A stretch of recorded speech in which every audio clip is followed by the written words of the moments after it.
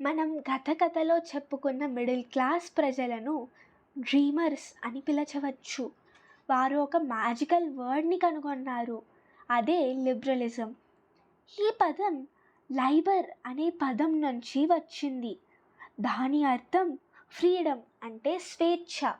ఈ డ్రీమర్స్ కలలు కన్నారు ఒక అద్భుతమైన దేశాన్ని.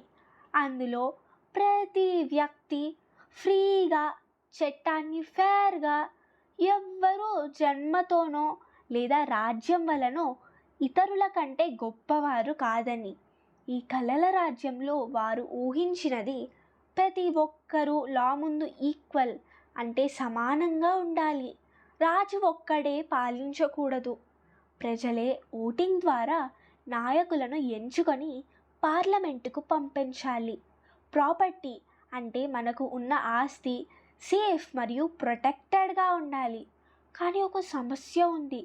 ఫ్రాన్స్ లాంటి చోట ఎప్పుడో లిబర్టీ, ఈక్వాలిటీ అంటూ నినాదాలు చేసిన అక్కడ కూడా యూనివర్సల్ సఫ్రేజ్, అంటే అందరికీ ఓటు హక్కు లేదు.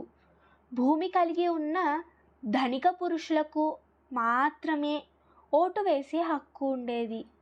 పూర్ మెన్ మరియు ఉమెన్ అందరినీ తప్పించారు. నెపోలియన్ కోడ్ తిరిగి లిమిటెడ్ సఫ్రేజ్కి వెళ్ళిపోయింది. మహిళలు ఫాదర్ లేదా హస్బెండ్ ఆధీనంలో ఉండాలి అన్న రూల్ ఉండేది. ఇది ఎలా ఉంది తెలుసా?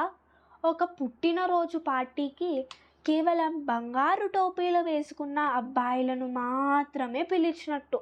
ఇది కూడా అచ్చం అలాగే ఉంది. దాంతో కొందరు బ్రేవ్ ఉమెన్ మరియు ప్రాపర్టీ లేని పురుషులు నిలబడ్డారు. వారు ఎదిరించారు, ప్రశ్నించారు. వారు స్ట్రైక్ చేశారు, రాశారు, పోరాడారు. తమకు కూడా రైట్ టు ఓట్ రావాలని. వారు దాదాపు 100 సంవత్సరాల పాటు పోరాడారు. ఇప్పుడు మరో పెద్ద సమస్య వచ్చింది. అదే ఎకనామిక్ మెస్. నెపోలియన్ చాలా చిన్న చిన్న స్టేట్స్ను కలిపి 39 స్టేట్స్గా తయారు చేశారు.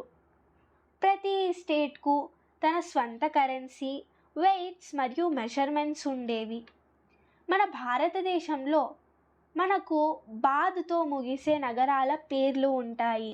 ఉదాహరణకు హైదరాబాద్, సికింద్రాబాద్, ఆదిలాబాద్, ఔరంగాబాద్, అహ్మదాబాద్, అలహాబాద్, ఘజియాబాద్.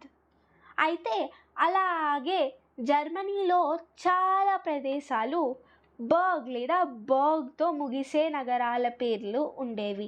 ఉదాహరణకు హాంబర్గ్, ఉస్బర్గ్, ఆగ్స్బర్గ్, ఫ్రీబర్గ్, బ్రాండెన్బర్గ్, బాంబర్గ్, నురెంబర్గ్, హిడ్లెన్బర్గ్. ఒక ట్రేడర్ తన క్లాత్ మెటీరియల్ను హాంబర్గ్ నుండి నురెంబర్గ్కు తీసుకెళ్ళి అమ్మాలంటే అతను 11 టౌన్ బార్డర్స్ వద్ద 5% ట్యాక్స్ చెల్లించాల్సి వచ్చేది. అయితే ఒక చోట ఒక ఎల్లి, ఈ ఎల్లి అంటే ఒక కొలత యూనిట్. ఈ ఎల్లి ఫ్రాంక్ఫర్ట్లో 54.7 సెంటీమీటర్లు ఉంటే మైన్స్లో 55.1 సెంటీమీటర్లు ఉండేది. నురెంబర్గ్లో 65.6 సెంటీమీటర్లు, ఫ్రీబర్గ్లో 53.5 సెంటీమీటర్లు ఉండేది.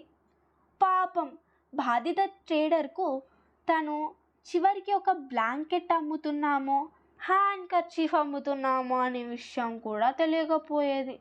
దాంతో 1834వ సంవత్సరంలో ప్రష్యాలో నాయకత్వంలోని పెద్ద స్టేట్స్ సమూహం జొల్వేరియన్ అనే ఫ్రెండ్షిప్ క్లబ్, ఇది ఒక కస్టమ్స్ యూనియన్ని ఏర్పాటు చేసింది.